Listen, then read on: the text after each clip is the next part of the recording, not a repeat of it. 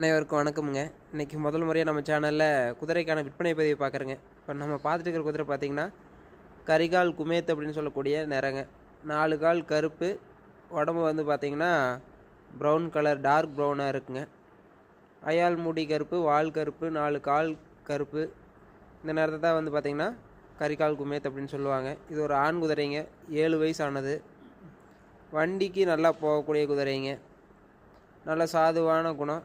இது பார்த்தீங்கன்னா நம்ம நண்பர்கிட்ட இருக்குது. இது பார்த்தீங்கன்னா இப்போது வண்டிக்கு போயிட்டுருக்கிற வீடியோ பார்த்தீங்கன்னா பின்னாடி அனுப்பிச்சிருக்கிறேன். வேணுங்கிறவங்க நம்மளை தொடர்பு கொண்டு வாங்கிக்கோங்க.